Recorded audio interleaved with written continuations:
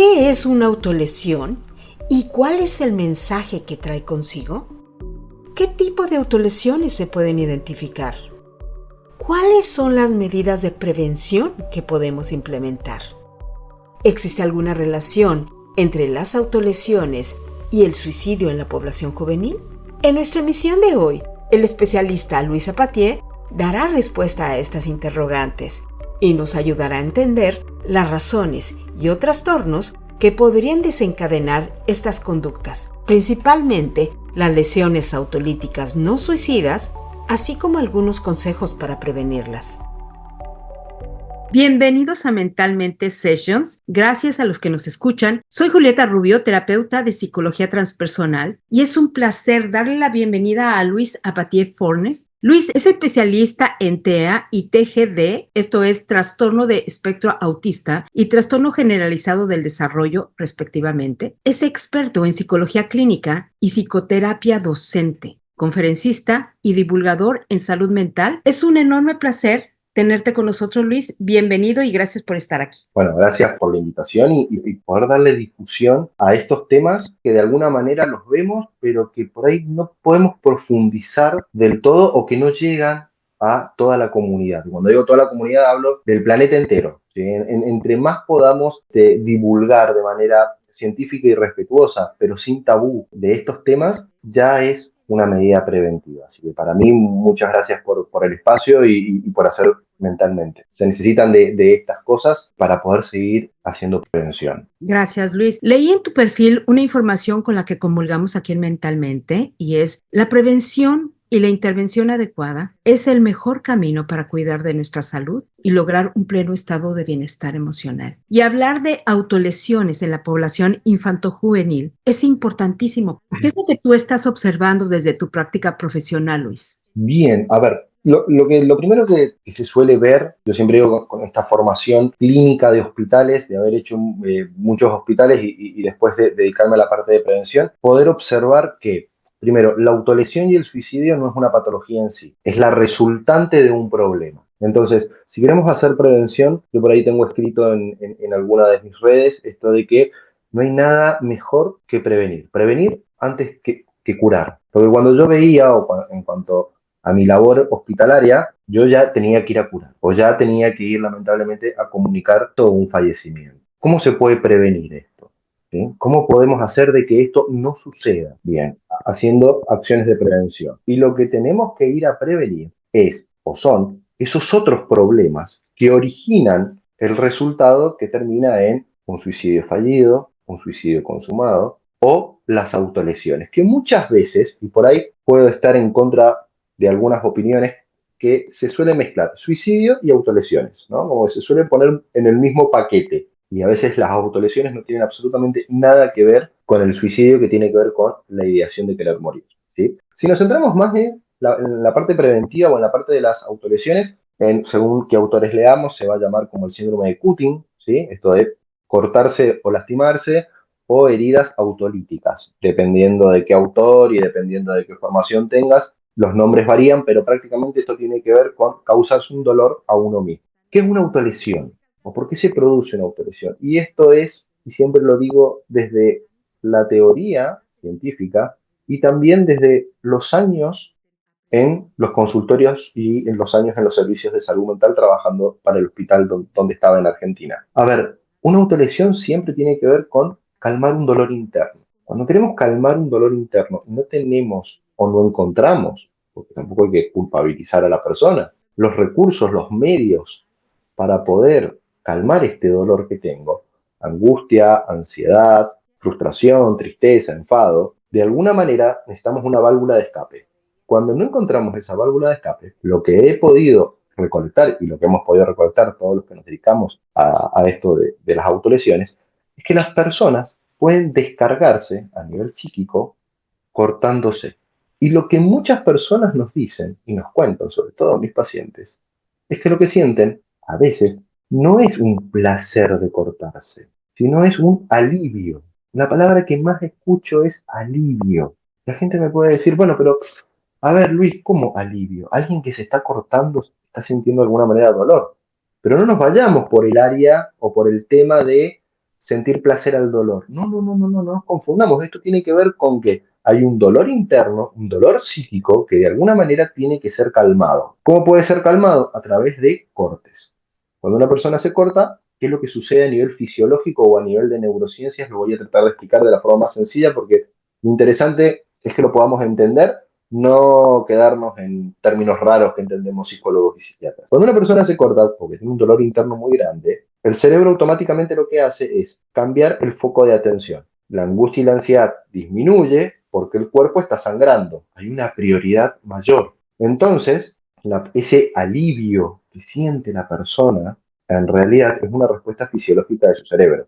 Es un cambio de prioridades en el sistema nervioso central. O sea, tu ansiedad y tu angustia va a pasar a un segundo o a un tercer plano porque lo que está ahora en el foco de la conciencia es que el cuerpo está sangrando. Hay una herida y está saliendo sangre. Entonces, esa es la explicación fisiológica de por qué las personas que realizan actos autolíticos sienten alivio. Ahora, ¿cuál es la peligrosidad de calmar la ansiedad, la angustia, la tristeza y los problemas emocionales de esta manera? Que el cerebro es una esponja que aprende. El cerebro aprende. ¿Y qué está aprendiendo? Que cada vez que yo me corto, yo me relajo. Yo calmo mi nivel de estrés, mi nivel de ansiedad, mis angustias, mis problemas, lo calmo. Ahora, ¿qué pasa? Y esto lo vemos mucho en clínica, o sea, en lo que yo en el consultorio.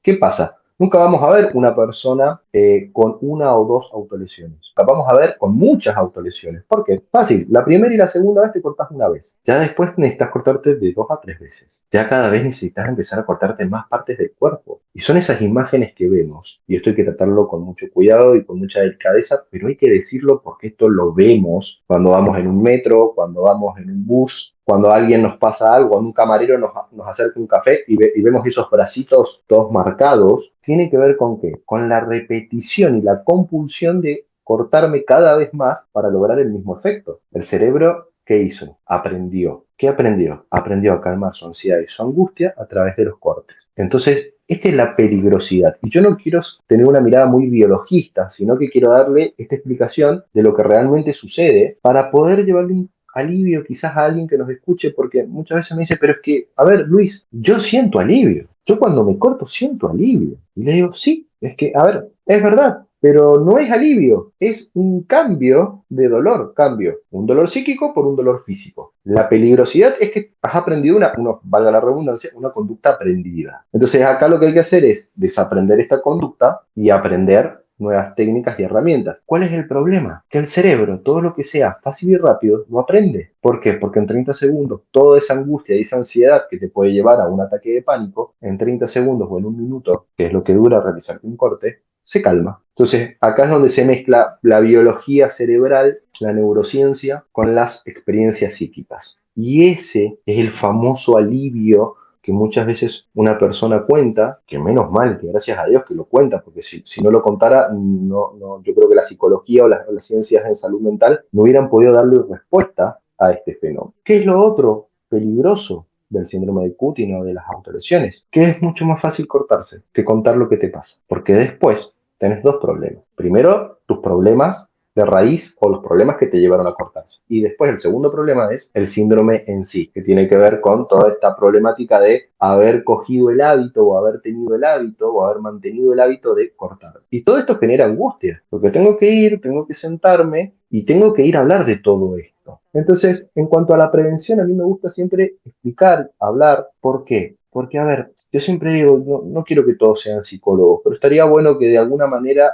materias como educación emocional se dieran en los colegios, así como se da lengua y matemática. Entre mayor podamos conocernos a nosotros mismos, mejor vamos a saber qué nos pasa y cuáles son las maneras positivas de solucionar algo y las maneras negativas de solucionar algo. Porque si hay autocuidado, si hay autoconocimiento, hay autocuidado. Y esto es muy importante. Cuando una persona llega a cortarse, lo que siente después es culpa. Y ahí se empiezan a sumar los problemas. O sea, voy a poner un ejemplo. Me siento solo, no hago otra cosa que ir, trabajar, volver a casa y siento que todas mis relaciones sociales están destruidas. Ese es el problema de raíz, porque tengo una autoestima baja, porque no lo tengo claro todavía que quiero para el futuro y tengo 23, 25 años. Perfecto. Empiezo a cortarme. ¿Por qué? Porque la ansiedad y la angustia ya no la soporto más. Acá no hay deseo de morir. Acá lo que hay es deseo de calmar esto que siento. me corto. Y después de cortarme, cuando siento este pseudo alivio, aclaro, pseudo alivio, viene la culpa. ¿Qué he hecho? ¿Cómo fui capaz de hacerme esto? Entonces, tenemos el problema de raíz, la solución negativa o la alternativa negativa, la intervención negativa que tratamos de hacer. Y seguido a eso tenemos la culpa. La culpa para los psicólogos es terrible. ¿Por qué? Porque sabemos que la culpa lo único que va a hacer es tirarnos cada vez más y más y más hacia abajo. Entonces la cosa se vuelve aún peor. Esa solución o esa mala intervención de 30 segundos de cortarme me va a dar como resultado un montón de aspectos negativos en mi vida. Pero claro, en ese momento, cuando hay ansiedad, cuando hay angustia, y yo lo entiendo a mis pacientes y entiendo a las personas que les suceden esto, y lo entiendo, esto no es condenar a nadie. En esos momentos donde faltan recursos psíquicos, y cuando hablo de recursos psíquicos digo autoconocimiento, autoestima, y esto no se trata de tratar mal a nadie, no, a veces nos falta, a veces nos sentimos vacíos.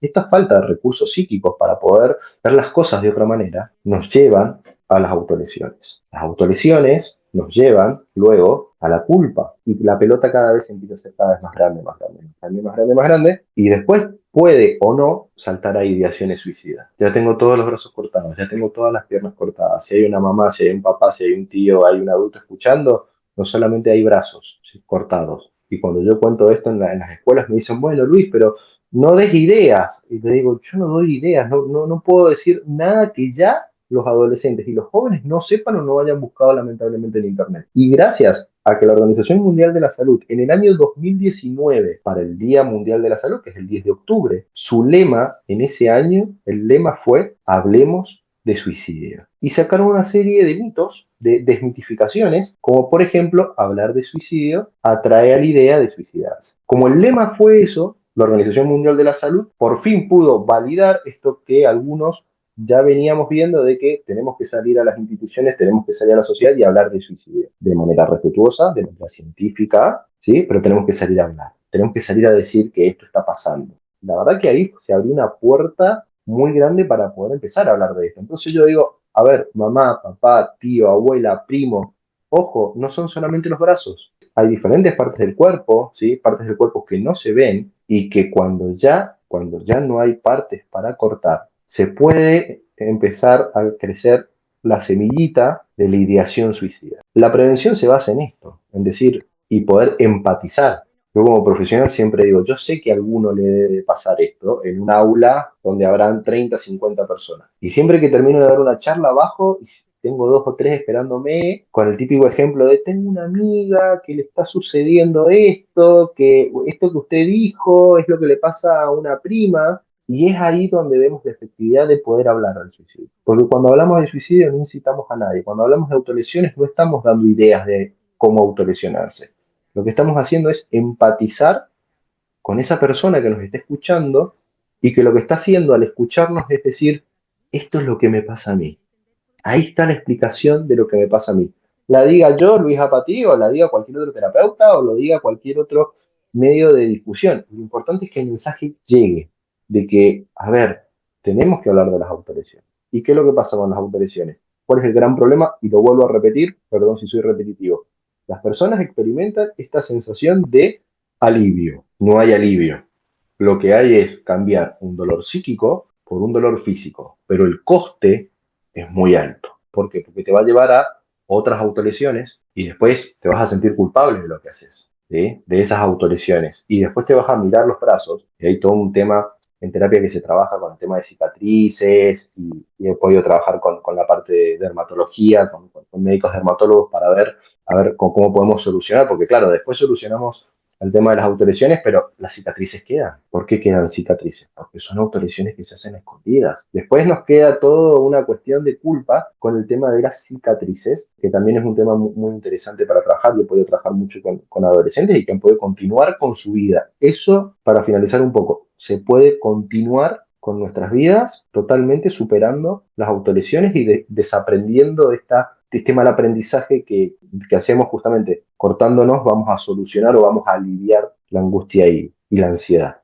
Mira, Luis, tengo varias preguntas de todo lo que estás comentando, que es bastante profundo. Por una parte, hablas acerca de la autolesión y hay muchas formas de autolesionarse, ¿no? Y en las diferentes poblaciones va a haber diferente tipo de práctica de lesionarse. Mencionas el cutting, pero hay otro tipo de lesiones también. ¿Cómo nosotros los adultos podemos darnos cuenta de que nuestros infantes, nuestros adolescentes están viviendo algo? Hablar de cicatrices y hablar de ese dolor que se causan es fuerte, pero el cuerpo ya lo está hablando. Pero ¿sabes una cosa? Lo más grave es lo que están viviendo dentro, que no pueden manejarlo de otra manera, ya sea por los padres, su entorno, el contexto. Hay miles de razones que involucran a un solo caso, ¿no? Lo grave de una autolesión no es la autolesión por sí misma, en mi opinión. Creo que lo grave es lo que oculta una lesión. Una lesión está ocultando un grave dolor, una falta de manejo de emociones y miles de cosas más. Creo que hay mucha historia detrás de una lesión. Entonces me gustaría que pudiéramos profundizar un poquito de esto, porque cuesta mucho trabajo entender qué es una autolesión. Primero, aparte, identificar cuándo es importante ya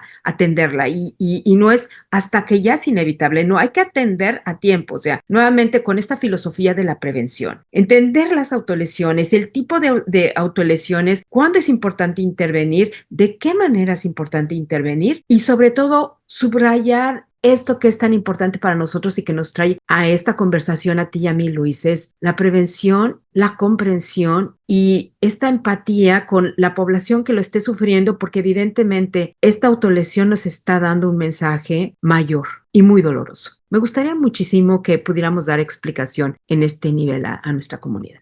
¿Cómo podemos darnos cuenta? O sea, como padres, como Ya, cuidadores, ¿cómo podemos darnos cuenta? ¿Cómo podemos observar esos factores de riesgo antes de bien. que estén en condiciones de mayor peligro? Mira, la comunicación. La comunicación asertiva es, para mí, la herramienta fundamental. ¿Qué es la comunicación asertiva? El buen modo de comunicar las cosas, ya sean las cosas buenas y las cosas malas.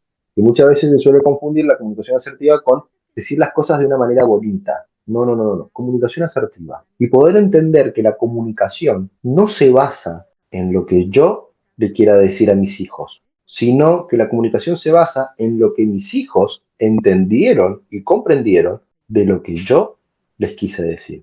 ¿Se entiende? Porque cuando tenemos este cambio de paradigma en qué es la comunicación, las cosas cambian. Entonces, cuando doy una indicación, cuando hablo con mis hijos, no les pregunto solamente, ¿cómo están? ¿Cómo les fue? Bien. No, ¿cuál fue el momento más divertido? ¿Cómo van con los amigos? ¿Tenés planificado algo el fin de semana? Preguntas abiertas, pero manteniendo esa libertad para que nos puedan contestar. Los adolescentes necesitan sentirse libres, es verdad. Y muchas veces no nos van a querer contestar, pero hay que insistir, insistir, insistir de que estamos ahí. Digo estamos porque yo soy padre, tengo un hijo adolescente y que va a cumplir 7 años.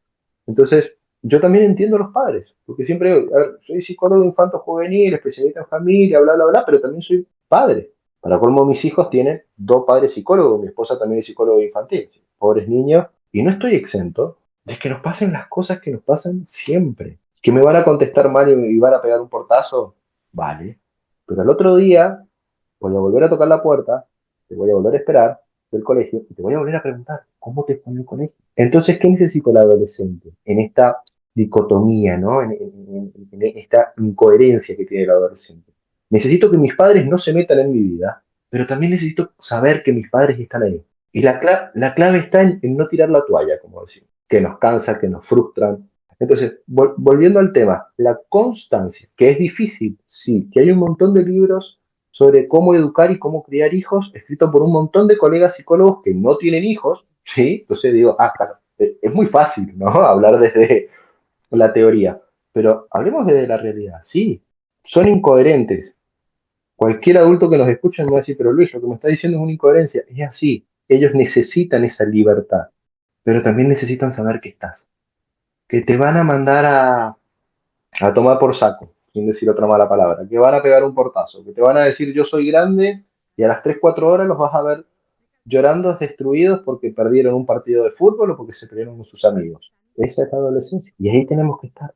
Entonces la indicación es la constancia y compromiso de saber que esto es así, así funciona el adolescente y que muchas veces un adolescente cuando pide hablar con un psicólogo, con un tutor, con un consejero, en la escuela, no hay que negarse, porque quizás yo como papá no llego ahí, pero sí le doy la posibilidad de decir, ¿quería hablarlo con algún consejero, con algún psicólogo? ¿Algún O cuando familiar? muchas, algún familiar, o no enojarnos cuando nos llaman del colegio, nos llama el psicólogo, en diferentes países está la figura del psicólogo educativo, nos dice, mira, hemos visto que Juancito está así, así, así. Llegas a la casa y ¿qué haces? Juancito, ¿cómo puede ser que te haya pasado esto y no me lo hayas dicho a mí? Juancito no habla nunca más, se hace. Y siempre les digo que a veces el adolescente tiene miedo de contar qué es lo que le sucede, porque les da vergüenza. ¿Cómo le voy a Claro. decir a mi papá? ¿Cómo le decía a mi mamá, a mi papá, a mi tío, que me sucede esto?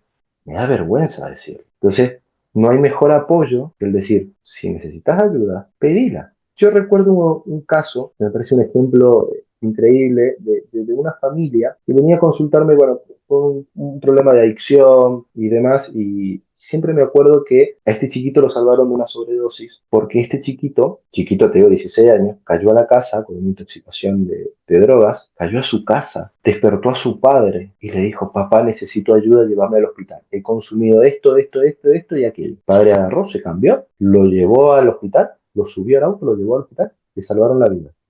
Le salvaron la vida. Cuando me toca hacer a mí la intervención, le digo, no se haga ningún problema, está todo bien, pero por lo poco que sé, usted ha traído a su hijo al hospital.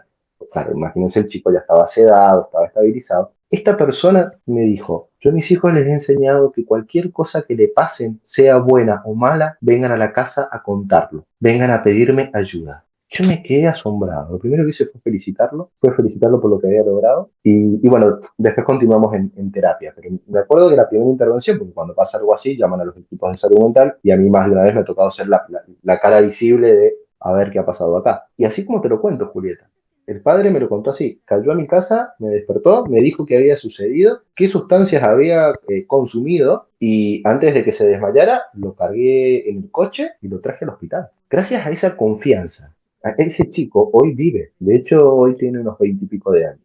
¿Sí? Pero yo siempre le agradezco al padre de la gran lección que me dio a mí como profesional en esto de la prevención, porque el mensaje fue, pase lo que pase, vení a la casa a contarlo. Yo no me voy a enojar, no te voy a ver, después veremos qué sucede, obviamente. Tener una intoxicación con drogas trae una consecuencia, pero venía a la casa a contármelo, venía a la casa a contármelo. Y así te puedo enumerar un montón de experiencias de padres en donde hemos podido detectar abusos sexuales por parte de parejas en la adolescencia, donde hemos podido detectar violencia de género en adolescentes que han venido a su casa a contarlo, sabiendo que les iban a echar la bronca, sabiendo que iban a estar castigados, sabiendo que habían incumplido todas las normas de la casa. Ellos fueron, mamá, mi novio me pega, mamá, consumí o me puse en estado de ebriedad, llévame al hospital, mamá, tuve relaciones sexuales y no me cuidé, tengo miedo de haberme contagiado alguna enfermedad. Y yo digo, bien, son adolescentes, se van a mandar cagadas, discúlpame por el lenguaje, ¿sí? Pero así es. ¿Qué consejo les darías a estos jóvenes que justamente por las múltiples razones que sean, no se atreven a pedir ayuda, no se atreven a hablar con los padres y justamente somatizan ese dolor tan interno, esa problemática tan fuerte que están viviendo, la somatizan y la manifiestan a través de autolesiones? ¿Qué consejo sería para ellos? La primera sería comunicarlo, decirlo, ¿sí? Romper el miedo y el tabú de que si lo digo me van a tachar en la escuela o me van a marcar en la escuela como el problemático. Ahora, si fracasan todas las opciones de poder comunicar, escribilo, sacalo de alguna manera, ¿no? Poder escribir, busquen ayuda, hablan, digan, no se queden con esto. Cuéntenselo a un amigo y que ese amigo busque la manera de poder buscar a un adulto para que lo pueda de alguna manera ver o evaluar qué tan grave es la cosa. Porque el grupo de amigos funciona mucho y anda muy bien, pero sigue habiendo silencio. Después de que hay un caso de suicidio, hay algo que se llama posvención del suicidio. ¿Por qué? Porque hay una investigación que demuestra que después de un suicidio consumado hay un efecto réplica. ¿De quiénes? De todo el grupo de amigos que sabían que esto iba a pasar. Como no pueden soportar la culpa de saber que sabían, se espera el efecto réplica. Entonces, lo primero que se hace es ir a trabajar con ese grupo de amigos, con ese colegio, con ese centro deportivo, en todas las instituciones donde haya tenido contacto este adolescente que se ha quitado la vida, haciendo lo que se llama posvención. Pero no me quiero ir del tema, sino quería explicarlo por qué. Porque muchas veces queda en el grupo de amigos y nadie habla, nadie lo dice. Y esa es la peligrosidad de esto, el silencio, ese pacto de no hablar, que hace que estallen las señales de alarma en síndrome de Cushing, suicidios no consumados o no consumados, ideaciones y demás. Hablar, para mí no hay nada más liberador que hablar. Ahora, a la parte adulta, a la parte que escucha, no alarmarse. Una persona que te está contando y que te está diciendo que ha intentado o ha fantaseado con hacerse daño, es una persona que ya de por sí está liberando esa ansiedad y esa angustia, porque lo está diciendo. Y acá no hay que ser muy psicólogos para poder escuchar. Escucha activa. Y después de escuchar, ofrecer siempre la opción de, bueno, ¿crees que esto lo evaluemos por la parte profesional? Tratar de hacer una evaluación profesional. Pero la primera línea es escuchar y no alarmarse. Yo conozco casos de que los chicos han podido hablar y comunicar qué es lo que les estaba sucediendo y la escuela automáticamente ha llamado al 911. Ese chico no va a hablar nunca más. ¿Por qué? Porque su primera experiencia de comunicar aquello que le sucede terminó en una intervención en la guardia de un hospital. ¿Se entiende? Entonces el mensaje es a los adolescentes: hablen, comuniquen, escriban, ¿sí? Saquen esto que tienen dentro. Y a los adultos, escuchen, reciban esa demanda y sepan con total criterio científico que una persona que está hablando, que está comunicando, ya está liberando ansiedad, angustia, tristeza. Entonces, para mí es fundamental poder comunicar y también poder recibir esa escucha, esa demanda del otro, ¿sí? No asustarse, no alarmarse. Yo sé que es duro, yo lo sé, pero tranquilos, que si te lo está diciendo es porque está confiando en ti. Fíjate, Luis, que esta primera conversación lo veo como un primer acercamiento, porque el tema es sumamente amplio. Hay elementos que también contribuyen y tienen un papel protagónico dentro de esta temática tan delicada. ¿Qué podemos decir acerca del sistema educativo? Porque también estamos en una crisis en el sistema educativo en varias partes del mundo, ¿no? Hay una carencia de atención adecuada. Se necesita una constante preparación sobre estos temas porque suena bonito como lo comentas y lo dices, pero desgraciadamente también existen escenarios que son poco favorecedores al adolescente en ciertos momentos, ¿no? Tiene muy en contra muchas cosas, o sea, el estigma es uno de ellos, sigue siendo, ¿no? El estigma. Los motivamos mucho y yo lo hablo desde la parte de la comunidad que escucho frecuentemente, ¿no? Los estamos motivando mucho a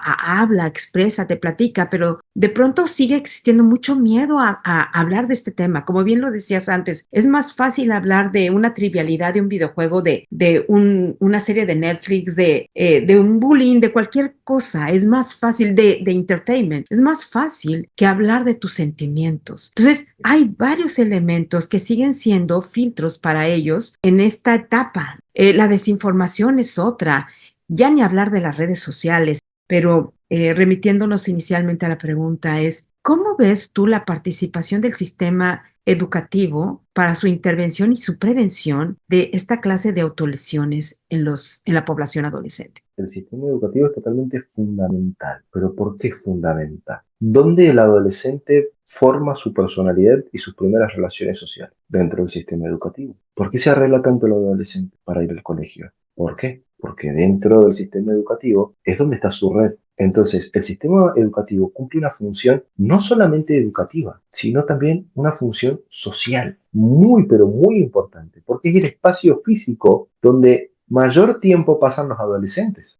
Si nos ponemos a pensar en todos los países desarrollados, la educación es fundamental y es obligatoria. Por lo menos la secundaria hasta los 16, 17 años, según los niveles educativos, es obligatoria. El adolescente no le queda otra que ir. En esos lugares es fundamental que hayan, si no hay un consejero, si no hay un psicólogo educativo, no importa, que haya otras estrategias, otras dinámicas donde se pueda escuchar a los adolescentes, donde se puedan hacer juegos con adolescentes, donde se pueda trabajar con adolescentes, que haya otros espacios recreativos que no sea solamente el patio, el salón, para practicar algún deporte con balón y nada más. No, no, que hayan otros espacios. Y acá, por ejemplo, te hablo de aquí, de España, por ejemplo, hay lo que son los monitores, que son los que están cuidando a los adolescentes mientras los adolescentes están en el recreo. Y muchas veces proponen actividades de arte, proponen actividades de graffiti, proponen actividades, y yo digo, esto es muy bueno. ¿Por qué? Porque el monitor que está ahí está mirando, está encargado de ellos, ¿sí? Y ellos están haciendo una actividad que puede ser dibujar, pintar, armar una artesanía,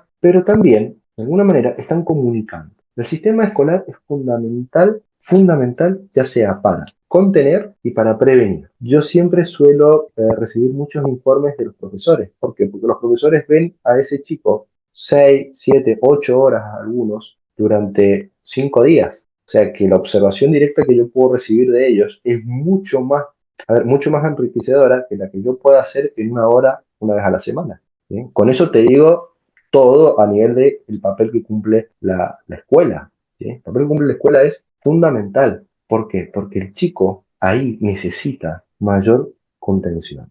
Necesita decir aquello que le sucede. Se lo puede contar a un compañero, pero también la escuela puede observar qué es lo que está sucediendo. La institución escolar es muy, muy importante, el sistema educativo es muy, muy importante. No solo para enseñarte lengua, matemática y las materias básicas en cuanto a lo académico, sino también porque contiene un gran grupo de adolescentes, un gran grupo de adolescentes, donde justamente hay relaciones sociales, hay roces, hay peleas, hay problemáticas. Escuela secundaria es donde más se tendría que trabajar el tema de las emociones. Que algunas cuentan con gabinetes psicopedagógicos, fantástico. Y otra cosa, que hagan una verdadera contención. Así como hay escuelas que directamente se lavan las manos y dicen, bueno, el problema es del papá, hay otros colegios, y quiero resaltar los otros colegios y escuelas que sí abren sus puertas, que sí le pasan interés y atención al tema de la educación emocional y sí le abren las puertas a los psicólogos o invierten tiempo o honorarios para que vaya gente, para que hablen, para que hagan talleres, para que se hagan diferentes dinámicas, porque sale un montón de cosas, un montón. Hacer un buzón, mira, yo hice algo que no es un experimento, es una vez fui y di una charla y siempre que doy una charla dejo un buzón anónimo para que ahí puedan escribir todo lo que les sucede. La idea es después abrir el buzón y ver en base a lo que han escrito qué dar en el próximo taller. La cantidad de temas relacionados con emociones que nos encontramos es increíble, es increíble. Sí, o sea, dos papeles que dicen hablar sobre inteligencia artificial, que me pasó la semana pasada, y el resto, hablemos de emociones, hablemos de violencia de género, hablemos de relaciones sociales, hablemos de autoestima, hablemos de suicidio, hablemos de adicciones. O sea, darles la oportunidad de dejarles un buzón anónimo para que ellos puedan poner los temas es una técnica que la recomiendo, que la puede emplear cualquiera. No hace falta ser psicólogo. Si alguien que esté en el ambiente educativo escucha esto, es poner un buzón y la consigna es, deja un papel de algún tema que te gustaría que tengan. Te vas a encontrar 2 o 3 tonterías. Te las vas a encontrar. Fíjate que me parece que es una sugerencia maravillosa que incluso se podría aplicar en el mismo hogar. Periódicamente también dejar un buzón y decir, ¿cómo andamos, familia? ¿No? O sea, ¿qué te gustaría que hiciéramos? ¿Qué te gustaría que atendiéramos? O sea, motivar a los hijos también a participar para poder incrementar esta comunicación, esta prevención con los padres, ¿no? Sobre todo cuando ellos mismos, cuando se acercan y cuando están preocupados con sus hijos, y que buscan dinámicas y que buscan alternativas más allá de la teoría. Luis, es que es complejo porque hay mucha teoría. Tú mismo hablabas previamente a la grabación de este podcast, me comentabas la labor de campo tan amplia que estás haciendo y es fundamental para los que nos dedicamos a la atención de la salud y la salud mental. Es fundamental hacer labor de campo porque la labor de escritorio no es suficiente. ¿No? Contacto con nuestra comunidad, contacto con la gente, escucharlos, ver cuáles son sus problemáticas, ¿no? Y como te lo dije inicialmente, esta conversación es un preámbulo a abordar tópico por tópico posteriormente, y hay una pregunta que es inminente y se presta para un podcast completísimo, que es el rol que juegan las redes sociales, el acceso de Internet en la autolesión entre los jóvenes. Es bien delicado, o sea, es sumamente delicado lo que está pasando aquí. La semana pasada incluso hubo una serie de desgracias en un adolescente por un reto que se dio en TikTok, y yo creo que tú tendrás muchas más notificaciones, que tratamos siempre a nivel público de ser muy prudentes en no dar mucha descripción sobre el evento, pero sí que sí hay una gravedad en este manejo de redes sociales y del Internet de múltiples formas, y una de ellas es los retos. ¿Qué podemos hablar sobre este tema de manera breve, Luis? Bien, a ver, sí, con el tema de retos virales me ha tocado desarticular bastantes, sí, que sería el nombre técnico. Para poder abordar todo esto de los retos, primero hay que entender por qué se realizan, por qué la gente adhiere, por qué los adolescentes adhieren a los retos. Después vamos porque son nocivos, ¿sí? Pero ¿por qué adhieren? A ver, yo digo fácil, ¿no? En pocas palabras para poder entenderlo. Adhieren porque esto tiene que ver con un sentido de pertenencia. Los adolescentes están en una búsqueda permanente por el simple hecho de ser adolescentes. Algunos se van o caen por diferentes decisiones. Esto no es tratar de débil a nadie, por pertenecer a determinados grupos. Y para pertenecer a determinados grupos está guay o es de buena onda, como decimos en la Argentina, poder pertenecer a través de estos retos. Entonces, la primera pregunta es, ¿por qué los adolescentes participan en estos retos virales? Porque necesito pertenecer. Y este necesito pertenecer tiene que ver con algo muy propio de la adolescencia. Esto de tengo que pertenecer a un grupo. Bueno, pertenezco a este grupo. Para pertenecer a este grupo, tenés que hacer estos retos virales. Y vas a tener mayor o menor popularidad en cuanto y en tanto vayas cumpliendo diferentes retos. Y acá entra en juego el tema de la popularidad. ¿Qué nos da la popularidad en la adolescencia? Y esto hay que entenderlo desde el mundo adolescente. Salir desde nuestra coherencia adulta y ponernos en el lugar del adolescente. ¿Cómo lo captan al adolescente? ¿O por qué entra el adolescente en esto? Porque es vulnerable. ¿Vulnerable a qué? A la popularidad. ¿Y vulnerable a qué? Al sentido de pertenencia. ¿Y esto tiene que ver con qué? Con la autoestima. En una edad donde la estamos formando. Después vemos si es buena, mala, falsa autoestima o no autoestima. ¿Sí? Está demostrado a nivel neurocientífico que recibir una notificación de un me gusta produce serotonina en nuestro cerebro y eso nos mantiene contentos. Entonces, si eso nos pasa a los adultos, imaginemos un adolescente que está, como bien decía Julieta, se está identificando. Bueno, ¿quién soy yo? Y después hay otro fenómeno que se llama el fenómeno de masificación. ¿Ya? Un fenómeno, un concepto muy viejo, que lo pone Freud en su momento, pero que a mí me gusta rescatarlo mucho porque el adolescente se masifica. Siempre pongo el mismo ejemplo. Un adolescente va caminando solo por la calle y pasa por los tachos de basura, los cubos de basura, y si va solo, sigue caminando y deja el cubo de basura tranquilo. Ahora, un adolescente va con otro adolescente y van caminando y ¿qué hace? Patea el cubo de basura. ¿Por qué? Porque ¿qué necesita demostrar? Ah, mirá, qué malo que soy, pero solo no lo hace. Y ahí entra el fenómeno de masificación. Si 20 o 30 adolescentes lo hacen, ¿por qué yo no lo voy a hacer? Se masifican. ¿Sí? Ojo, que los adultos nos pasa lo mismo. ¿Cómo no voy a tener redes sociales? ¿Cómo voy a ser el anormal del grupo que no tiene WhatsApp? Ahora se está usando Telegram, fantástico, usemos Telegram. Ahora se está usando Signal. Yo he llegado a ver hasta 10 aplicaciones y veo los contactos y los contactos los tengo en las 10 aplicaciones de mensajería. Llegué a un punto donde dije, no, a ver, este es mejor que esta tiene, no, acá nos estamos masificando, si esto nos pasa a los adultos, imaginémonos en un cerebro que se está formando, que se está desarrollando de un adolescente. La masificación es muy importante, es otra cosa que influye mucho. Fíjate, Luis, me gusta mucho cómo aterrizas la importancia desde esta perspectiva del adolescente, ¿no? De cómo mira al mundo en ese momento, en esa etapa. Y esa importancia constante que también tienen de darse a notar. Nos habla de tantas cosas. Es incluso muchas veces doloroso ver a un adolescente cuando tiene tanta necesidad de darse a notar. Nos está también hablando ese darse a notar, esa necesidad, esa emergencia nos está dando a notar que hay algo.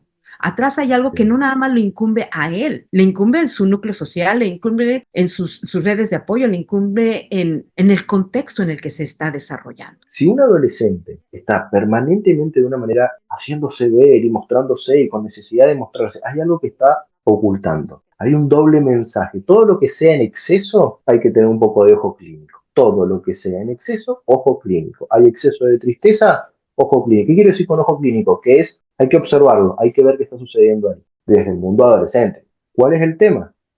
¿Qué es lo que estamos viendo también en Internet? Llamado ciberbullying o cyberbullying o estás cancelado, ¿sí? Ahora, en cuanto hagas algo que no le guste a esta comunidad de anónimos, porque no conocemos estos 2.000, 3.000 seguidores que tenés, te van a entrar a decir cosas negativas y ahí te vas a entrar a sentir mal, ¿sí? Entonces le estamos poniendo demasiada afectividad, le estamos poniendo demasiado foco de atención en algo que si se me vuelve en contra es sumamente peligroso. Esta palabra que está tan de moda, me cancelaron. ¿Por qué te cancelaron? Porque no quise hacer determinado reto viral. ¿Se acaba el mundo? Sí, para esa persona sí. ¿Por qué? Porque centró toda su identificación en una imagen que armó en las redes sociales, ¿sí? Y esto es peligroso. Yo conozco gente que en la vida real es alguien y en el mundo virtual, en las redes, es otra persona. ¿Sí? Entonces, esta dualidad entre lo virtual y lo real, y yo no estoy en contra de las tecnologías ni las nuevas tecnologías, sino que digo que lo sano sería que haya una coherencia, ¿sí? Una coherencia. Esto soy virtualmente y es esto lo que hago Yo creo que hoy el Internet les ha dado la posibilidad de crear comunidades y relaciones nuevas, porque red social, ¿a qué hace referencia? Al grupo de apoyo referencial que una persona tiene, ¿sí? No es la virtualidad que nos han hecho creer, ¿sí? Yo puedo usar la red social para comunicar, puedo usar la red social para trabajar, el tema de los influencers, pero hay una realidad, no son mis amigos, no son las personas con las que comparto el día a día. Y esto se puede volver peligroso, ¿sí? Gente que se levanta y prefiere hacer un video cortito y, hola comunidad, quiero decirles que tal y cual cosa, pero cuando voy al colegio a mi compañero de al lado no le sé el nombre, o no me entero que Juancita estaba mal hace 3 o 4 días, ¿sí? Ese es el problema desde mi punto de vista y esto es personal, ¿eh? Creo que estamos más en la virtualidad que en la realidad y que no hay coherencia entre lo que muestro en la virtualidad y lo que soy en la realidad. ¿Qué tipos de tratamientos y terapias han demostrado ser efectivos en el tratamiento de la autolesión? No hay una panacea que lo cure todo, no la hay. Científicamente, la teoría cognitivo-conductual ha demostrado a nivel estadístico tener una mayor tasa de efectividad. Pero yo, Luis Apatí, te diría un poco de técnica, un poco de escucha, un poco de poder involucrar a la red de apoyo de esa persona, porque esa persona, ese individuo llega a consultorio, se va, pero tiene que interactuar con otros. Y si no puede poner en práctica aquello que trata conmigo o cualquier otro terapeuta, no lo puede compartir con otros, no tiene red de apoyo, ¿sí? Entonces, ¿de qué le sirve que yo le dé 200 técnicas? ¿De qué le sirve que yo solamente le escuche desde una teoría psicoanalista, ¿no? Diván, imaginémonos, ¿sí? La típica imagen del diván, el psicoanalista atrás escuchando y no le diga más nada. ¿De qué me sirve tampoco si no incluyo a la familia y a la red de apoyo y le digo, ¿por qué no invitas a tu mamá y le hablamos de esto? ¿No? Que me da miedo. Bueno, lo hablamos acá, que es un espacio controlado, le digo. ¿Sí? ¿Qué sumo? También, teoría de Víctor Frank, existencialismo, proyecto de vida, sentido de vida. ¿Sí? También lo sumo. Bueno, a ver, ¿qué esperanza? A ver, ¿qué proyecto de vida tenés? ¿Sí? Algunos a veces me tachan de que mezclo todo un poco, pero en cuanto a mi experiencia, ha funcionado, ¿qué cosa? El diseño terapéutico. ¿Qué es el diseño terapéutico? Esta persona, ¿qué necesita? ¿Necesita hablar o necesita irse con un par de técnicas a su casa porque tiene rasgos de personalidad un poquito más obsesivas, que no quiere decir que tenga un TOC? Esta otra persona, ¿qué necesita? Necesita involucrar a su familia. Esta persona, ¿qué necesita? Tener un proyecto de vida. Bueno, Luis, ¿qué mensaje de apoyo o motivación puedes compartir con los jóvenes que están lidiando en este momento con una autolesión? bien, a ver, primero, entender que hay muchos tipos de autolesiones, ¿sí?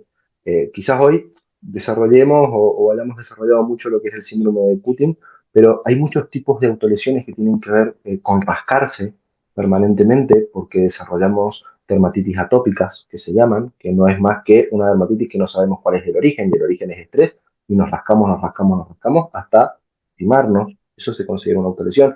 Y llama por ahí de pellizcarse, ¿sí? Hacer esto de manera permanente o compulsiva, de alguna manera nos relaja, nos autorregula, ¿sí? Y por ahí está asociado más a la ansiedad, a un aumento de la ansiedad, o a veces se suele confundir, hay que saber diferenciarlo muy bien, entre los arranques de ira o los ataques de ira cuando le pegamos puñetazos a las paredes, o una persona que llora pegando, ¿sí? Lo que está haciendo también es, de alguna manera, autolesionándose. Hay, la diversidad de autolesiones son muchas y hay tantas como personas que sufren en el mundo, ¿sí? Por un lado. No se avergüencen por autolesionarse. No se avergüencen. Es la forma que encontraron, ¿sí? La pregunta es, ¿qué vas a hacer ahora? ¿Sí? Y ahora lo que te sugiero es que puedas hablarlo, puedas comunicarlo, puedas decirlo, puedas contárselo a alguien, ¿sí? No tengas vergüenza, no sientas culpa, no sientas que estás defraudando a tus padres, no sientas que estás traicionando a tu amigo, no sientas que estás engañando o ocultándole algo a tu pareja. No sientas culpa, ¿sí? A ver, Si te estás autolesionando es porque está pasando algo a nivel emocional, ¿sí? Es porque no puedes más con un dolor, es porque ya estás llegando al punto máximo de soportar un dolor psíquico, un dolor emocional. Habla lo más rápido que puedas. Busca ayuda, habla con alguien, desde la salud, desde la educación, desde diferentes centros comunitarios o centros civiles, en tu trabajo. Contáselo a alguien. Créeme, te va a hacer bien poder contárselo a alguien, ¿sí? Y ese alguien también, como un doble mensaje para ese alguien que esté escuchando. Si una persona te está contando que se está autolesionando o te está contando que está con ideaciones de quitarse la vida o que por ahí se le vienen pensamientos de estilo flashback que vienen y se van de quitarse la vida, escúchala de la forma más tranquila que puedas, escúchala. Y después, cuando veas el momento, trata de orientarla hacia algún profesional de salud mental para que pueda hacer una evaluación de esto que te está contando. Una evaluación es, bueno, a ver, dentro del espectro de la gravedad, ¿qué tan grave puede ser? Pero créanme que escuchar es una capacidad netamente humana. Vuelvo con lo mismo. Ser empáticos no es una característica propia del psicólogo, ¿no? Ser empático es una característica humana. Y tiene que ver con esto, con volver a ser humanos en un mundo donde hay gente que habla con un chatbot sobre sus emociones, ¿sí? Es ahí donde yo digo, la inteligencia artificial está buena, pero tener un chatbot que suplante a los seres humanos para poder hablar de emociones no está bueno, ¿sí? Entonces, volviendo, para la persona que está padeciendo, poder hablar, poder comunicar, no sentir ni miedo, ni vergüenza, ni culpa, porque con la culpa, el miedo y la vergüenza las cosas se van a poner peores, ¿sí? Y si ya has llegado al punto de querer comunicarlo, ya has dado el primer paso, que es decir, así que eso ya es un factor de salud, el poder comunicarlo. Para la persona que escucha, no alarmarse. Esa persona necesita contarlo, necesita decir, me está pasando esto, me quiero quitar la vida, estoy realizando estas acciones, estos actos de autolesiones o autolíticos. Escucharla, ¿sí? Que la escucha activa también es una capacidad humana con la cual ya venimos de nacimiento. Así que, a ver, no importa cuál haya sido la autorización, lo que importa es qué vamos a hacer ahora, en el aquí y el ahora. Ya va a haber tiempo para hablar del pasado. Lo importante es que esto no se vuelva más grave. Totalmente. Luis, con esta franqueza, con esta conexión tan honesta que estás teniendo con la comunidad, tienes enfrente a estos padres que hoy no se están dando cuenta porque ni idea. Estamos hablando de unos padres que de pronto se pueden encontrar con mínimo tiempo para sobrevivir y no es porque no amen a sus hijos, sino lidian con 2 trabajos al día o 3. ¿No? Lidian también con una serie de ignorancia y una serie de problemas por ellos mismos psicológicos que nunca han atendido. Y no es que no amen a sus hijos, pero no se están dando cuenta. ¿Cuál sería el mensaje para estos padres para que tomen atención y se puedan dar cuenta antes de que esto sea más grave y que puedan lidiar con una situación pues delicada con sus amados hijos? Bien, lo primero es construir vínculos de confianza. Construir vínculos de confianza con nuestros hijos es lo que nos va a dar la seguridad de que siempre van a venir a casa a contarnos aquello que les sucede. ¿Sí? Si en la infancia no hubieron buenos vínculos, bueno, no importa, reconstruimos vínculos, ¿sí? Siempre, bueno, pero en la infancia no hubieron vínculos, o no hice o no creé vínculos, no importa. Si estamos en una etapa de adolescente, lo que hacemos es reconstruir vínculos de confianza, ¿sí? Y este vínculo de confianza es dejarle en claro este mensaje al adolescente cuantas veces le haga falta. Papá, mamá, están acá para ayudarte pase lo que pase. Darle esa seguridad, pase lo que pase. ¿Sí? ¿Cuántas veces? Si se lo puedes decir todos los días, mejor. ¿Por qué? Porque el adolescente se olvida. ¿Sí? Es disperso por naturaleza. ¿Sí? El adolescente. Repetir y reforzar la confianza y el vínculo. ¿Cómo se hace eso? Hablando, dialogando en la hora de la mesa, dialogando en los momentos que estamos todos juntos en el televisor. Bueno, antes de ver la serie, poder hablar, ¿sí? Poder preguntar. Eso va a hacer que la relación cambie. ¿Por qué? Porque vuelvo a decir lo mismo. El adolescente necesita su libertad y su espacio, pero también necesita saber que mamá y papá, tío o adulto referencial, está ahí para cuando él lo necesita. ¿Sí? Eso por un lado. Por el otro lado, no alarmarse. Yo sé que esto pedírselo a los padres es un montón, ¿sí? Y lo entiendo, como profesional y como papá. No alarmarse. Lo mismo, si te lo está contando, te lo está diciendo, es porque está descargando ansiedad y angustia. Escucha, no te enojes, ¿sí? Porque un adolescente que se quiere quitar la vida no tiene la culpa de eso. Es una reacción, ¿sí? Entonces, no te enojes con él. Muchas veces nos preocupamos por nuestros hijos y esa preocupación se ve reflejada en enojo, ¿sí? Y ahí empiezan los problemas de comunicación y malos entendidos entre padres e hijos, ¿sí? No enojarse. Y también ser franco, decir, esto me preocupa, hijo, ¿sí? Pero vamos a buscar la solución. Gracias por contármelo porque te voy a ayudar, ¿sí? A ver, y para finalizar, pongo siempre el mismo ejemplo. Cuando nuestros hijos son chiquitos, les enseñamos a caminar, ¿sí o no? Y sabemos que se va a caer, sabemos que en algún momento le tenemos que soltar la manito para que empiece a probar sus primeros pasos. Y que se va a caer, ¿sí? Pero que no va a pasar nada porque estamos ahí al lado de él para que, para poder levantarlo, ¿sí o no?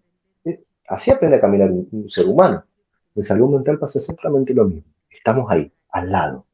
¿Para qué? Para que cuando se caiga, que esperemos que no se caiga con una autolesión, sino que podamos verlo antes, ¿sí? Para que cuando se caiga podamos levantarlo. De la misma manera que le dábamos la manito en los primeros meses, en el primer añito, esto es lo mismo, ¿sí? Es tener ese corazón en la boca de saber que se va a caer, pero que necesita caerse, porque tiene que aprender a caminar. En salud mental y en la adolescencia es lo mismo, es acompañarlos, ¿sí? Esperando a que se caigan. Y cuando se caigan, no ir y echárselo en cara. Ah, ¿viste que yo te dije? No, no, no, no, no. Sino simplemente extender la mano, ¿sí? Levantarlo. Es muy simbólico, pero es prácticamente lo mismo. Los seres humanos aprendemos a base de prueba y error. Es parte de nuestra naturaleza humana.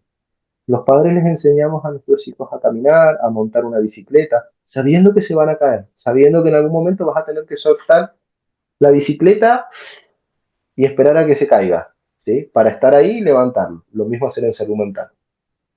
Darle esa libertad que necesita, ¿sí?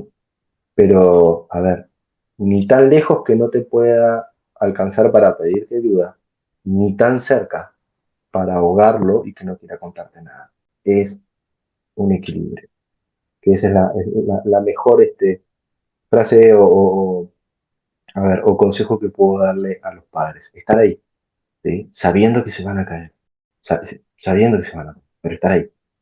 ¿Sí? Como cuando estaban dando sus primeros pasos, bueno, ahora están dando sus primeros pasos en la vida adulta, ¿sí? Ya sé que es un poco más complejo, pero saber que estamos ahí, ¿sí? Y no sentirnos culpables, ¿no? No. Y fíjate, Luis, que para finalizar me gustaría recalcar algo que está pasando mucho, ¿no? Hay importantes retos que cada comunidad, cada población, cada persona está viviendo y hay un constante mensaje sobre la población juvenil, ¿no? Hay poca esperanza sobre esta población juvenil. Se habla mucho de la anulación que están teniendo respecto a redes sociales. Se está hablando de la poca participación que pudieran tener en un presente y un futuro cercano y bla, bla, bla. Sin embargo, las desgracias nos están hablando de otra realidad. Sí, es lo que se ha podido observar. Particularmente me refiero a hechos recientes como por ejemplo lo que ocurrió a partir del Dana en España y los incendios aquí en Los Ángeles, California, que nos muestran a una juventud empática, solidaria y activa, lista para participar y ayudar ante tales desastres naturales. Se critica mucho hoy por hoy a la sociedad, a la generación de cristal, como le he sentido nombrar, que ya no sé qué generación es, sino que escucho que están todos inmersos en esa bola de la sociedad de cristal. Lo que las catástrofes a veces nos muestran, ¿sí? En esto de la luz, es que nos revelan, ¿sí? Que hay una sociedad de jóvenes que han salido a ayudar, voluntarios que se han anotado en diferentes partes del país, como hablábamos al principio, para ir a ayudar, que han dejado sus casas, sus trabajos, sus cosas y se han ido. Psicólogos y colegas desde lo mío que se han movilizado para hacer redes de apoyo en psicología de emergencia y psicología de catástrofe y buscar a todo aquel que sea especialista para poder otorgarle un teléfono y poder organizarse para poder darle contención a esas personas. Entonces, muchas veces la opinión pública nos muestra una cara de la moneda, pero la realidad no tenemos con qué darle la realidad. La realidad de ver esa cantidad de jóvenes no nos habla de una sociedad materialista e individualista, ¿sí? O por lo menos no es lo que hemos estado viendo. Este lema de el pueblo salva al pueblo, sin caer en ideologías políticas, tiene que ver con la empatía, poder ayudar a aquel que está mal. Que yo también estoy mal, que yo también estoy con barro, que yo también lo perdí todo. Bueno, pero aquel quizás puede perder la vida. Entonces aquí yo no veo egoísmo, al contrario, veo solidaridad. Solidaridad es lo que se puede ver. Fíjate que con esto damos como cierre, porque tan importante es no totalizar ni satanizar a las redes, ni tampoco negar la aportación tan importante de estas nuevas generaciones que vienen para acá. Y tan importante también es como reconocer las grandes oportunidades que tenemos, ¿no? Pero en conjunto, o sea, no segmentándonos, sino en Sí. conjunto, como población, como padres, como adultos, como jóvenes, como niños, ¿no? Luis, para los que tengan interés en contactarte, ¿en dónde lo pueden hacer? Bueno, lo pueden hacer a través de mis redes sociales. Yo siempre digo, tengo un apellido un poco extraño y no hay muchos en el mundo, pero nada, lo pueden hacer a través de Luis Apatí Psicología, Luis Apatie, YE, Psicología, lo pueden encontrar a través de LinkedIn, Instagram, Facebook, y ahí pueden ir a las diferentes portales y números telefónicos que se quiera contactar conmigo. Muy bien, nosotros publicaremos esta información aquí en la descripción Vale, del podcast. Y bueno, Luis, gracias por estar con nosotros. Sé que también te especializas en el área a de ti. psico-oncología, así que será maravilloso poder realizar otra conversación en un futuro cercano sobre Sí. este tema que es tan importante. Mucho que hablar. Conmigo para lo que necesiten, porque como te digo, tener estos espacios para poder brindar mensajes de prevención es muy importante, ¿sí? Es muy importante. No sabemos la magnitud a quien le puede llegar este mensaje y son dos o tres palabras que por ahí sirven en ese momento, así que cuenten conmigo para lo que necesiten. Gracias, Luis, y gracias a nuestra comunidad por acompañarnos. Recordemos que todos podemos ser agentes de prevención de cambio en la salud mental, en la prevención del suicidio y en nuestra vida cotidiana. Hasta pronto.